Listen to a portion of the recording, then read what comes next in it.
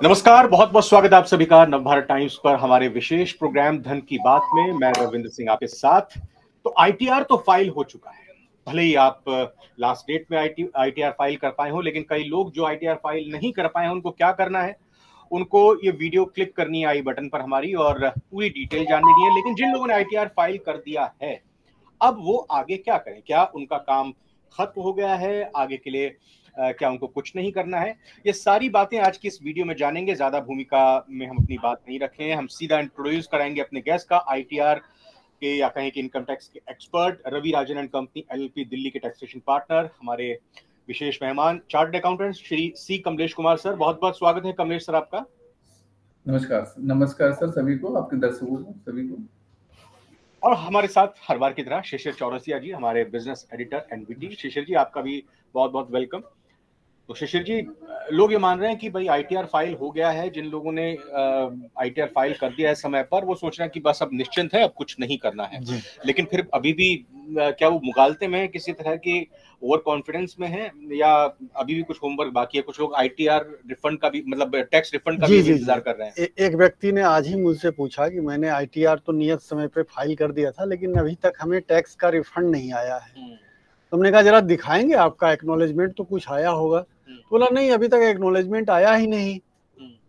तो हमने जब उनका खोल के देखा तो उनका आईटीआर तो दाखिल हो चुका है, लेकिन वेरिफिकेशन, ई वेरिफिकेशन या आइदर ई वेरिफिकेशन करें या उसका प्रिंट आउट लेके उस पर सिग्नेचर करके भेजें सीपीसी बेंगलुरु। नहीं, आधार के थ्रू ई वेरिफिकेशन हाथों हाथ हो जाता है। यदि आप आधार के थ्रू नहीं करना चाह रहे हैं तो आप उसका प्रिंट आउट लीजिए। तो पहले आप अपनी स्टोरी बताइए, जो आपके मित्र ने आपसे कांटेक्ट किया, फिर इसको थोड़ा डिटेल में समझेंगे कि भाई कंफ्यूजन है वेरिफिकेशन को लेकर, ई वेरिफिकेशन को लेकर, आधार से वेरिफिकेशन को लेकर, मैनुअली वेरिफिकेशन को लेकर। ये कंफ्यूजन सर से पूछेंगे, लेकिन आप पहले बताइए कि जो आपके पास। आप भी सुने सीए साहब, हमारे जानकार ने कहा कि मैंने 16 तारीख से पहले अपना आईटीआर दाखिल कर दिया, अभी तक मेरा रिफंड नहीं आया। तो हमने कहा कि आपका क्या वेरिफिकेशन हो चुका है, दैट मींस हमने सीधे कहा कि एक्नॉलेजमेंट दिखाइए। तो बोला एक्नॉलेजमेंट क्या होता है, हमें ये मिला है। तो हमने जब देखा तो उनका वेरिफिकेशन अभी तक नहीं हुआ है। तो हमने कहा ये तो आधार से वेरिफिकेशन हो सकता है, आधार आपका सीट। बोला हाँ बिल्कुल साथ में जुड़ा हुआ है। तो हमने कहा कोई ओटीपी आया था? बोला कोई ओटीपी नहीं आया। तो हमने फिर उनसे लॉग इन करवाया तो हमने देखा कि उनका वेरिफिकेशन पेंडिंग है। ऐसे लोगों के लिए क्या उपाय है, आप ही बताएं। आप सीए से सुनिए तो बेहतर। हाँ बिल्कुल sir, over to you Kamlesh sir.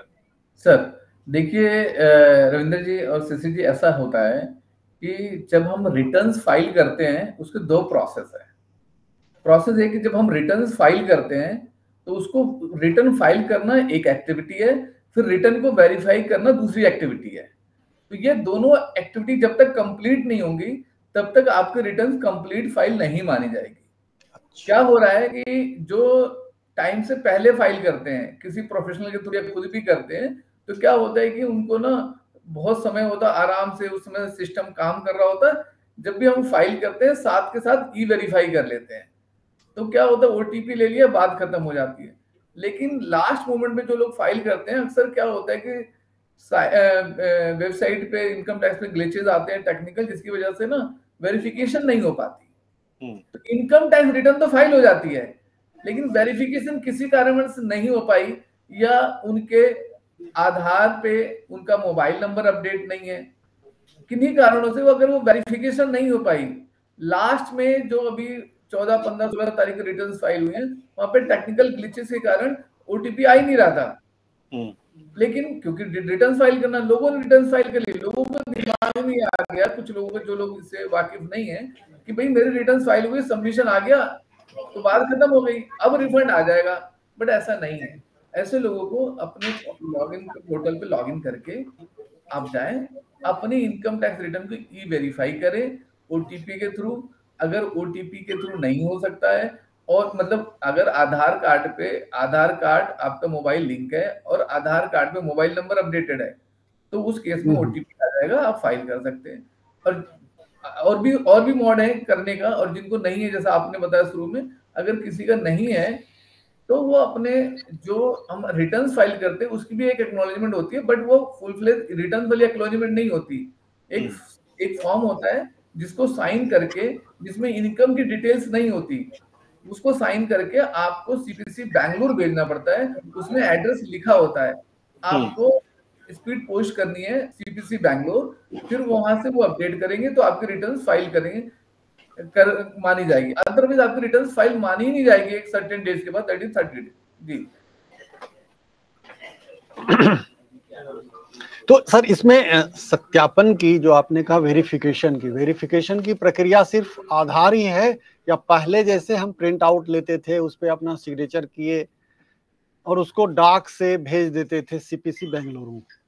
Sir देखिए, ऐसा है कि 5-6 मॉडल इसके लिए स्टैब्लिश हैं, तरीके हैं कि कैसे कैसे आप कर सकते हैं। एक तो मैंने बताया जो सबसे आसान और सबसे बेस्ट तरीका है, आधार कार्ड से लिंक, अगर पैन कार्ड आधार लिंक हो और आधार कार्ड में मोबाइल अपडेट हो, उसके थ्रू ओटीपी आ जाता है। दूसरा ईवीसी कोड के थ्रू होता है सर। जैसे आपने इंटरनेट बैंकिंग यूज करते हैं, आप अपने बैंकिंग के थ्रू भी आप ई वेरीफाई कर सकते हैं ईवीसी कोड क्रिएट करके। अगर डीमैट अकाउंट के थ्रू भी ये रिटर्न्स ई वेरीफाई हो सकती है। तो इस तरीके से वेरियस मेथड है। अगर किसी के पास वो भी नहीं है, नहीं करना चाहता, डिजिटल सिग्नेचर अगर अवेलेबल है तो डिजिटल सिग्नेचर के थ्रू भी आप ये अपने रिटर्न्स फाइल कर सकते हैं विदाउट ओटीपी। अच्छा। तो अब क्या यदि हो गया है, सत्यापन हो गया है, तो प्रोसेस में देरी होती है? या कई लोगों ने कहा कि मैंने सुबह किया, शाम में रिटर्न, मतलब हमारा रिफंड आ गया। कुछ लोगों का कहना है कि नहीं, मैंने तो कर दिया था, अभी तक रिफंड नहीं आया, अभी तक बाट जो रहे हैं। तो क्या रिफंड का कोई नॉर्मल प्रोसेस है, या कि कितने दिन लगेगा, अधिकतम कितने दिन में रिफंड आ जाएगा? देखिए ऐसा है, रिफंड का जो प्रोसेस है, एवरेज टाइम तो रिफंड का बहुत कम होता जा रहा है as compared to previous period. लेकिन ये जो एक्चुअली टाइमलाइन है, वो जिस समय से आपने रिटर्न्स फाइल किया उस समय से लेकर अगला साल जब तक खत्म है, पूरे 1 साल का समय होता है। अच्छा। लेकिन आजकल क्या होता है, रिफंड बहुत जल्दी आ जाता है। जैसे रिटर्न हम, क्योंकि टूल बेस्ड चीजें हैं, एआई बेस्ड चीजें हैं, ऑटो चीजें जनरेट होती है, प्रोसेस ऑटो हो रही है, मैनुअल इंटरवेंशन नहीं है, तो चीजें जिस रिटर्न में रिस्क फैक्टर्स नहीं होता, इनकम टैक्स डिपार्टमेंट का कुछ अपना इवोल्यूशन का तरीका है रिटर्न को, जो उनके रेड फ्लैग जोन में नहीं आते, जिसमें कोई कमी नहीं दिखती, वो इमीडिएटली वो रिटर्न प्रोसेस हो जाती है और रिफंड जिसका डिटरमिन है वो रिफंड आ जाता है।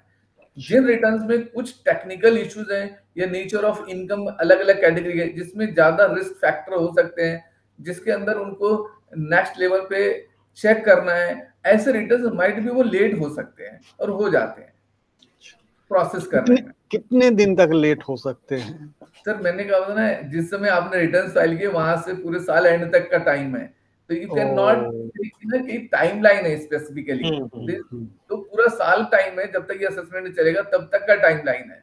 आप जब तक कि कोई एडिशनल कोई इश्यूज ना हो, तो टाइमलाइन तो बहुत बड़ा है, लेकिन डिपार्टमेंट क्या जल्दी से जल्दी हर रिटर्न प्रोसेस कर देती है।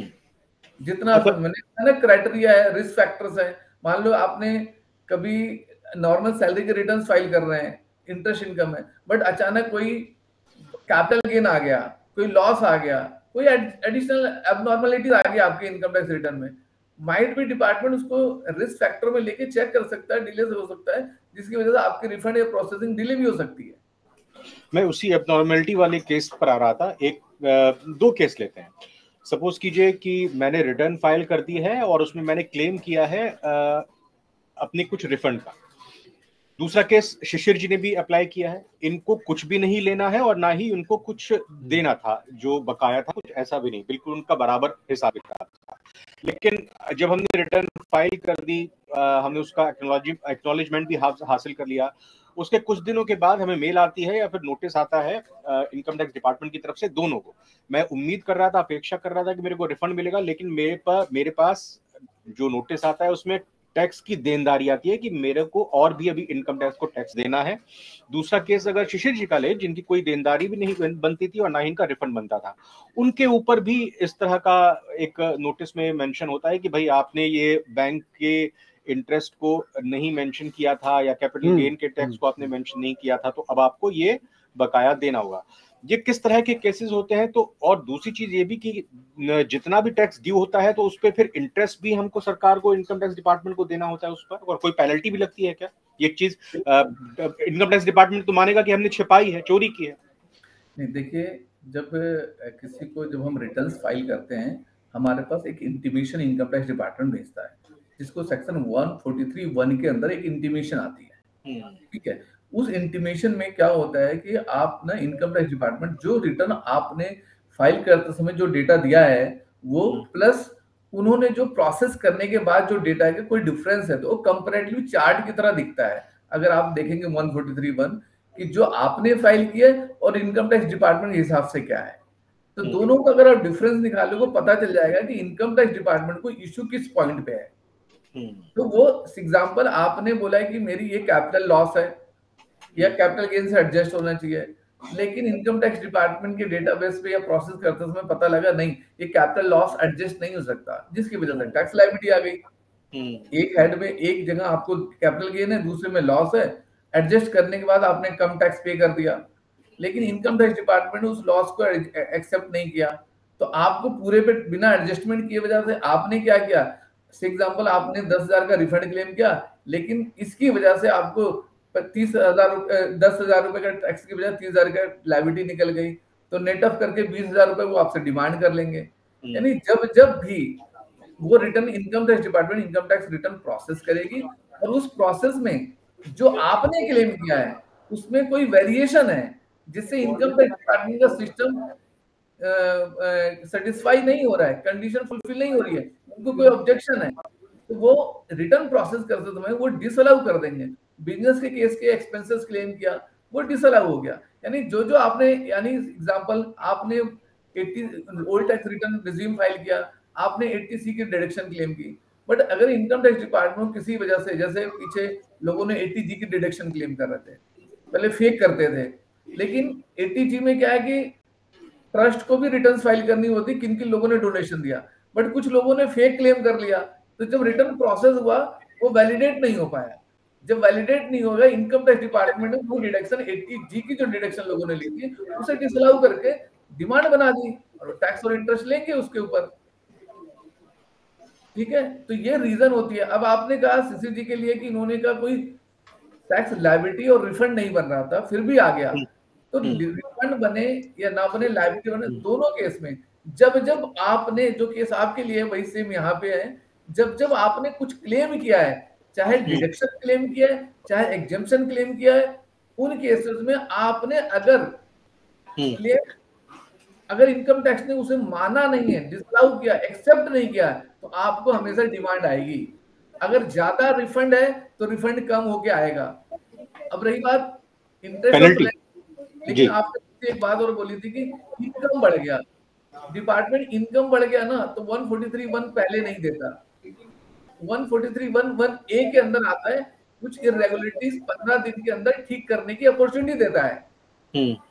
एग्जांपल, आपका सेविंग बैंक का इंटरेस्ट आपने दिखाया 10,000, यस, लेकिन आपके एक्चुअलिटी बैंक के या AIS TIS पे है 30,000, तो 30,000 की वजह से 20,000 रुपए आपने शॉर्ट दिखाया है, तो वो आपको बोलेगा, एक अपॉर्चुनिटी देगा कि देयर इज अ वेरिएशन, आप इसको ठीक करें, इसको रेक्टिफिकेशन ऑफ, इसको ना डिफेक्टिव रिटर्न बताएगा।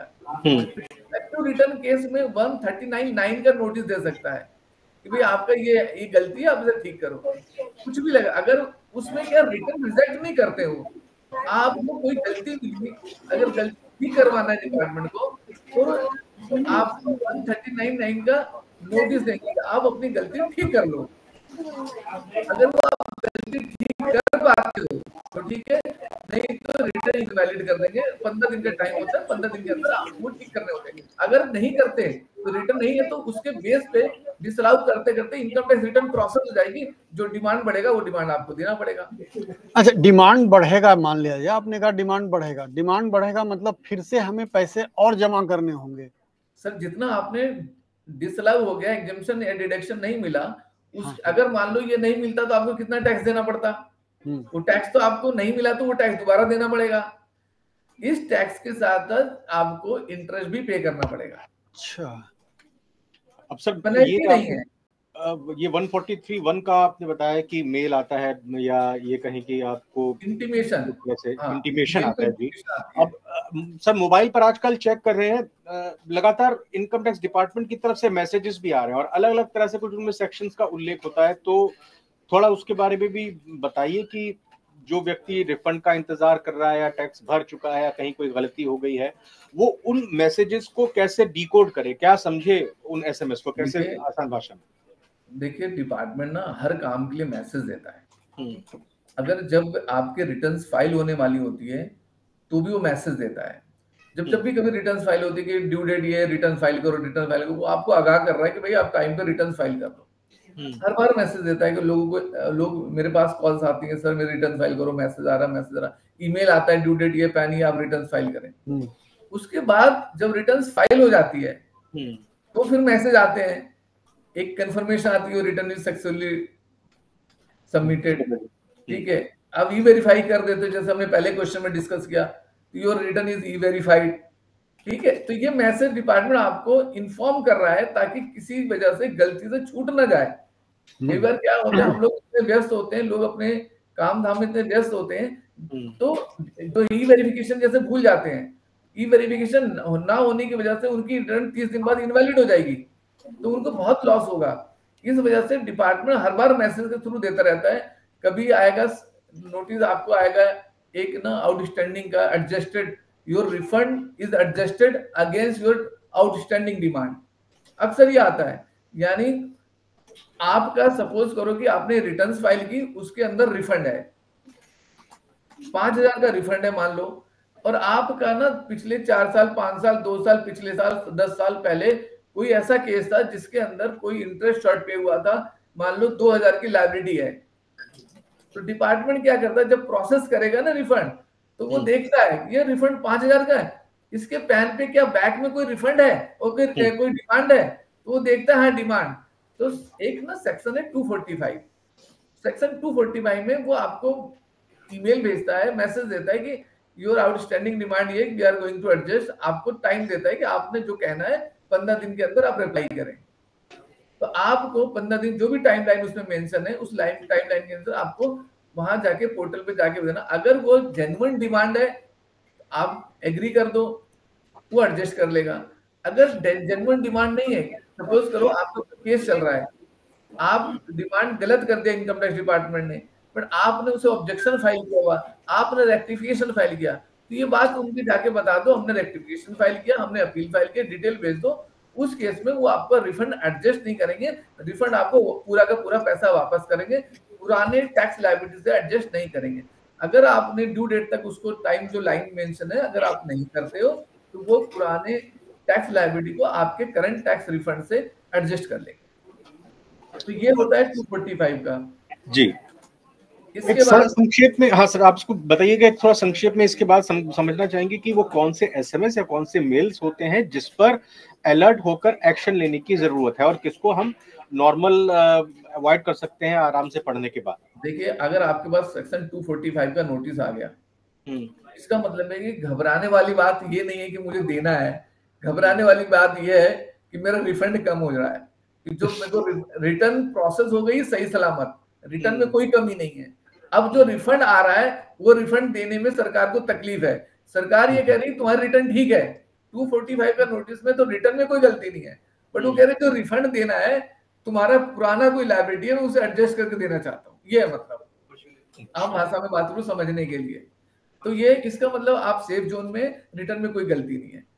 अच्छा, 143(1) आ गया।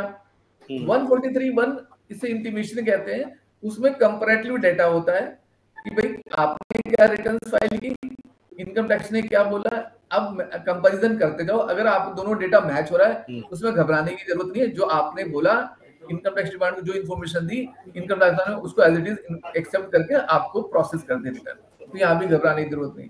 प्रॉब्लम है जैसे रिटर्न आपको नोटिस आ गया 139(9) का डिफेक्टिव नोटिस आ गया, वहां पे घबराने की जरूरत है, क्योंकि ये कुछ गलत होने जा रहा है, कुछ मिस्टेक्स मिली है इनकम टैक्स डिपार्टमेंट को आपको रिटर्न में, तो वो रिटर्न आपको ठीक करना है उस ड्यू टाइम में।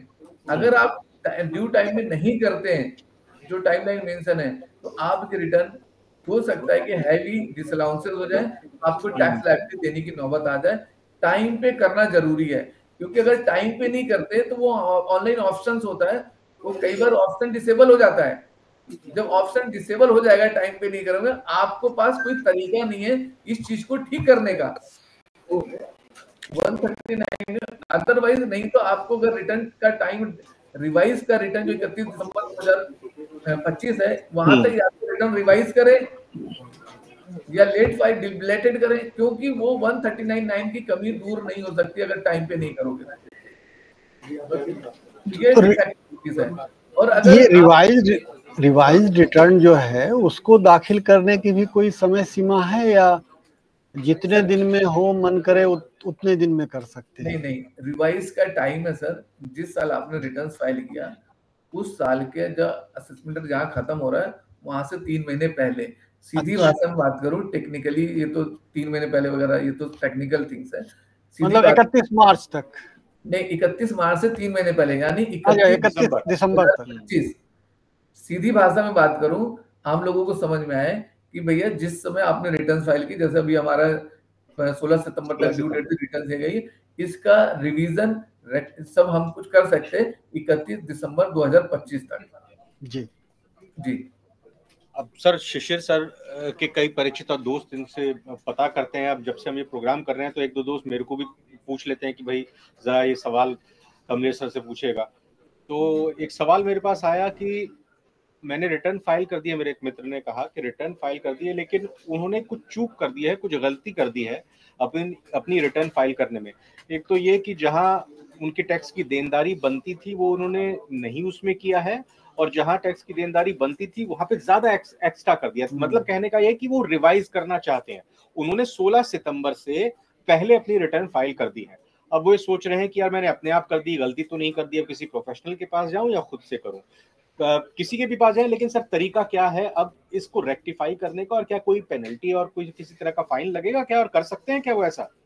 देखिए सर, अगर आपने कोई भी रिटर्न चाहे गलत से जो मर्जी किया आपने रिटर्न, अगर आपने ड्यू डेट तक फाइल कर दी, जो कि 16 सितंबर था अभी इस साल का, तो इस डेट तक अगर आपने रिटर्न फाइल कर दिया है, उस रिटर्न में कोई मिस्टेक्स, कोई त्रुटि, कोई भी कुछ भी कमी रह गई है, आप उसको ठीक करना चाहते हो तो आप कर सकते हो। कोई इंटरेस्ट, कोई पेनल्टी, कोई इंटरेस्ट टैक्स शॉर्ट में हो सकता है क्योंकि आपने टैक्स कुछ गलत कम पे कर दिया, लेकिन आपके ऊपर कोई फाइन या पेनल्टी नहीं अप्लीकेबल है। आप 31 दिसंबर के बीच में और आज से 16 सितंबर के बाद या 31 दिसंबर के बीच में जितनी मर्जी आप रिवाइज कर रहे हैं, या उस किसी ने 1 जुलाई को रिटर्न फाइल कर दी, वो भी कभी भी रिवाइज कर रहे हैं। जब रिटर्न फाइल की ड्यू डेट से पहले जब भी आपने रिटर्न फाइल किया उसको आप अपनी त्रुटि को कभी भी ठीक कर सकते हो, कोई प्रॉब्लम नहीं है। ये सिस्टम आपको अलाउ करेगा एनी टाइम। लेकिन लेट लतीफों के लिए, लेट लतीफों के लिए भी रिवीजन पॉसिबल है जिन्होंने ड्यू डेट, लेकिन नुकसान उनको बहुत है उसमें। नंबर 1, एक तो लॉसेस कैरी फॉरवर्ड नहीं होते लेट लतीफे वाले, जो ड्यू डेट के बाद करते हैं रिटर्न तो रिवाइज हो जाएगी, लेकिन लॉस भी हो जाएगी। हाँ, रिटर्न रिवाइज हो जाएगी, लेकिन लॉस कैरी फॉरवर्ड नहीं होगा। ठीक है, आपने ओल्ड टैक्स रिजीम अगर ऑप्ट करना चाहते हैं तो ओल्ड टैक्स रिजीम आप कर ही नहीं सकते ऑप्ट ड्यू डेट के बाद। अगर आप रिटर्न फाइल करना चाहते हैं ओल्ड टैक्स रिजीम में, आपको ड्यू डेट तक रिटर्न फाइल करनी पड़ेगी, अदरवाइज नहीं कर सकते आप। तो these are the minus thing, losses आप कैरी फॉरवर्ड नहीं कर सकते। तो और बहुत सारी चीजें ऐसी हैं जो कि ड्यू डेट पे ना फाइल करने के बाद बहुत ज्यादा नुकसान होता है। सर देखिए, इंटरेस्ट का लॉस होता है, आप जो चाहते हैं न्यू टैक्स रिजीम में फाइल करना वो नहीं हो पा रहा है, मतलब ओल्ड टैक्स रिजीम में नहीं हो पाएगा। लॉस आप कैरी फॉरवर्ड फ्यूचर से एडजस्ट करना चाहते हैं वो नहीं हो सकता। तो इसलिए जैसे भी रिटर्न आप बना सकते हैं ड्यू डेट तक फाइल कर देना चाहिए। सर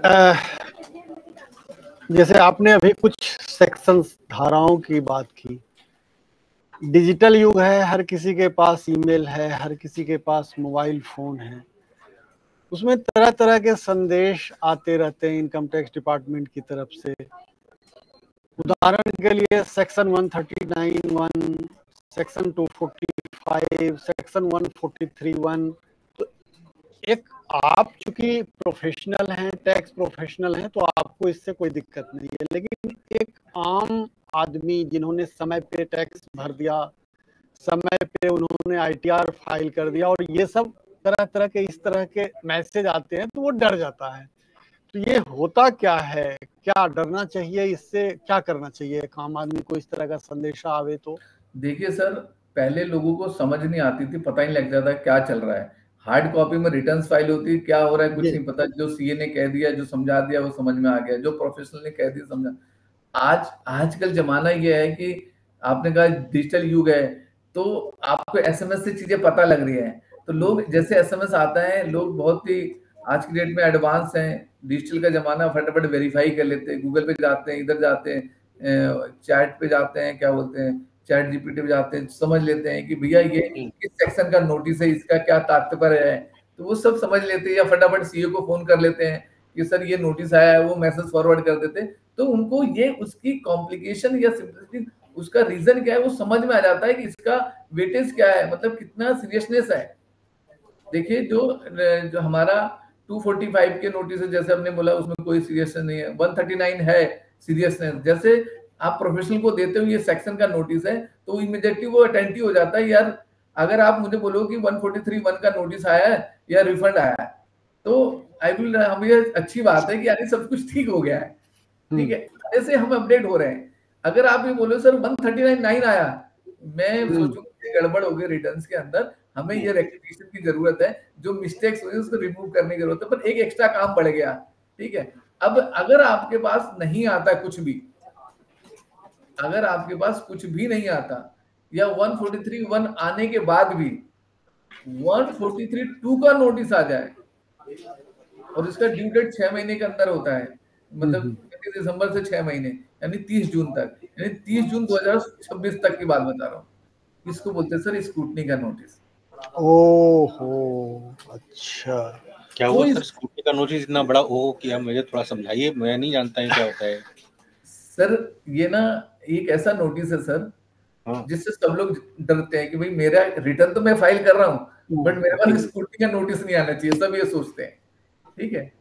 इसमें क्या होता है, डिपार्टमेंट करता क्या है, डिपार्टमेंट जैसे मान लो कि जितनी रिटर्न्स फाइल हुई हैं, चाहे 8 करोड़ फाइल हुई, जितनी भी रिटर्न्स फाइल हो रही है, ये कंपनी इंडिविजुअल सबकी मिला के, इसमें से कुछ परसेंटेज 0.5%, 0.25, 1%, यानी 100 रिटर्न में से एक रिटर्न मुश्किल से, या 1000 रिटर्न में से 1-2 रिटर्न को वो सिलेक्ट करते हैं, उसको सही से स्क्रूटनाइज करते हैं, उसको ऑफिसर को दिया जाता है, अलॉट किया जाता है। इनकम टैक्स ऑफिसर आपको नोटिस भेज के अब आपके रिटर्न को लेगा, और एक एक चीजें आपकी इनकम को वेरीफाई करेगा, आपके बैंक स्टेटमेंट को खंगालेगा, आपके सारे सोर्स को देखेगा, और आपसे सबसे एविडेंस मांगेगा, जो आपने अभी रिटर्न फाइल किए उसके प्रूफ दिखाओ, आप उसको अपने रिटर्न जस्टिफाई करो। अगर वो फेल हो जाते हैं, कई बार जिन्होंने गलत किया होगा, तो समझ लो कि इंटरेस्ट, पेनल्टी और दुनिया जहाँ की चीजें शुरू हो जाएंगी, और प्रोफेशनल की हेल्प के बगैर तो आप करना ऑलमोस्ट मुश्किल सा हो जाता है। तो ये लोग बचना चाहते हैं सर, रिटर्न फाइल करने के बाद अगर ये नोटिस 143(2), इसको स्क्रूटनी असेसमेंट बोलते हैं सर, अगर 143(2) का नोटिस आने का मतलब है आपका केस ओपन हो गया। डिपार्टमेंट, मतलब हर आदमी इससे बचना चाहता है। ऐसे ही अगर 30 जून निकल गया, अगर 30 जून निकल गया, तो उसके बाद एक और खतरा रहता है 5 साल तक, कि 148 का नोटिस ना आ जाए। अच्छा, वो खतरनाक है। हाँ, सेक्शन 148, और ये 148 होता है रीअसेसमेंट, मतलब एक बार असेसमेंट हो गई, इनकम टैक्स को सब ठीक मिला, या जो गलतियां मिली उस पर टैक्स लगा दिया, बट सपोज करो कोई ऐसी बातचीत कर रहे हैं या व्हाट्सएप चैट कर रहा है, उसमें कुछ कैश लेन देन की बात कर चुका है, उससे बात कर रहा है, उसका केस किसी इनकम टैक्स केस में फंस गया सर्च में कहीं भी, तो ये जो दोनों की सेटिंग बात हो रही है, ये बात इनकम टैक्स से हाथ में लग गया, इनकम टैक्स वाले ने फिर नोटिस भेजेगा पुराने केसेस के लिए 148 का, बोलेगा कि अच्छा आप बताओ जी अपने रिटर्न में, फिर पूछेगा आपने ये क्या किया, उसका नोटिस है, आप जस्टिफाई करो। आप जस्टिफाई नहीं करोगे, उनके पास एविडेंस है, इनकम पे टैक्स लगा देंगे, इंटरेस्ट पेनल्टी हैवी जाता है सर उसमें, क्योंकि बहुत दिन हो जाता है, इंटरेस्ट इतना महंगा पड़ जाता है, कई बार टैक्स के इक्विवेलेंट तो इंटरेस्ट बन जाता है, पेनल्टी की बात अलग है। तो ये जो सेक्शन की बात की ना, कौन कौन से नोटिस आए आदमी अटेंटिव हो जाए, तो सेक्शन 148 का नोटिस आए या 148A का नोटिस आए या आपके पास 143(2) का नोटिस आए या 139(9) का नोटिस आए, ये या 131(1A) इन्वेस्टिगेशन, ये 5 नोटिस ऐसे हैं आपको डरने की जरूरत है। डरने का मतलब नहीं, सतर्क रहने की जरूरत है, ठीक है। डरना तो अलग बात है, अगर आप सही काम कर रहे हो तो डरने की जरूरत नहीं है। अगर आपके रिटर्न सही है, आपने सब कुछ सही, आप इनकम सही डिक्लेयर कर रहे हो, फिर तो कोई जरूरत नहीं करने की। आप ओपन है, हर इनकम पे आप टैक्स पे कर रहे हैं तो कोई दिक्कत ही नहीं है। प्रॉब्लम उनके लिए है ना सर, जो टैक्स चोरी कर रहे हैं, उनको डरने की, जो लोग नहीं कर रहे उनको बिल्कुल डरने की जरूरत नहीं है, क्योंकि वो इनकम जब हम सही है तो हमें प्रॉब्लम क्या है कि आप ट्रेवल कर रहे हैं, आपके पास गाड़ी से, कार से जा रहे हैं, कार के कागजात पूरे हैं, आपको फर्क क्या पड़ता है? कोई भी रोक ले रास्ते में, आपने कागज दिखाओ, आगे बढ़ो। देखिए, जो जिसने भी गलत किया है, जैसे आपने रेंट की बात की है, किराए की पर्ची छपवा ली, मैं आपको बताऊं, या जो भी किया, मैं कई बार लोग रेंट पे फैमिली को रेंट देते हैं, या रेंट देते नहीं, स्लिप लगा देते हैं खाली, HRA क्लेम कर रहे होते हैं, वो सब गलत चीज है। आप इस प्रैक्टिस में ना पड़ें। आप रेंट HRA तभी क्लेम करें जब आप रेंट पे करते हो। आपको जितने मर्जी HRA मिले, वो सब टैक्सेबल है अगर आप रेंट नहीं पे कर रहे हो तो। इसलिए आपको रेंट पे करने पे एविडेंस है तभी लो, क्योंकि अगर आप स्कूटी में फंस गए तो उस पे टैक्स, इंटरेस्ट, पेनल्टी सब देने पड़ेंगे, और इंटरेस्ट ये कंटिन्यू रहता है, जब तक डिले होगा तब तक देना पड़ेगा। अगर आपका 5 साल के अंदर चौथे साल जाके केस खुल जाता है तो इंटरेस्ट 4 साल का देना पड़ेगा, और 1% पर मंथ का है। पता ही नहीं जी हमें क्या नोटिस होता, आया तो था, ये तो आता रहता है। तो जो ये एटीट्यूड है, ये आता रहता है ना, तो वो बहुत सारे मैसेज आते हैं, रिटर्न फाइल करो, 139(9), उससे कुछ हुआ ही नहीं, क्योंकि वो 143(1) आया। लेकिन जैसे 143(2) आया या 148A आया या 131(1A आया, आप उसकी सीरियसनेस समझ के प्रोफेशनल को इमीडिएटली अप्रोच करें, या खुद जैसा भी करना चाहते हैं आप इसलिए एक्शन लें, क्योंकि कहते हैं ignorance of law is not excuse. आपको खुद ही नॉलेज रखनी। बिल्कुल शिशिर जी और कमलेश सर, क्योंकि ये जो आपने एक दुखती रग पर हाथ रखा है, मुझे लगता है कि किस तरह के नोटिसेस इनकम टैक्स डिपार्टमेंट की तरफ से आ सकते हैं जिनसे चौकन्ना रहने की ज़रूरत है, और वो नोटिस ना आए। मुझे लगता है कि इसके लिए एक अलग ही एपिसोड सर हमको डेडिकेट करना पड़ेगा, उस पर पूरी तरह से डिटेल में बात करनी पड़ेगी, क्योंकि टैक्स फाइल करने के 1 महीने से लेकर 5 साल तक आपको उस साल के किए गए अपने कर्मों का फल भुगतना पड़ सकता है। तो इसलिए इस लिहाज से ये बहुत ज़रूरी हो जाता है, और 12% के हिसाब से अगर आपकी देनदारी उस टैक्स के प्रति बनती है तो 5 साल में आप लगा लीजिए क्या आपकी EMI बन जाएगी। तो ये बहुत ज़रूरी है सर, इस पर एक एपिसोड करेंगे सर, समय चाहेंगे आगे भी आपका, लेकिन आज के लिए मैं बहुत बहुत शुक्रिया करना चाहूँगा सर। अगली बार आपका समय मिलेगा। बिल्कुल, ठीक, बहुत बहुत शुक्रिया। Thank you.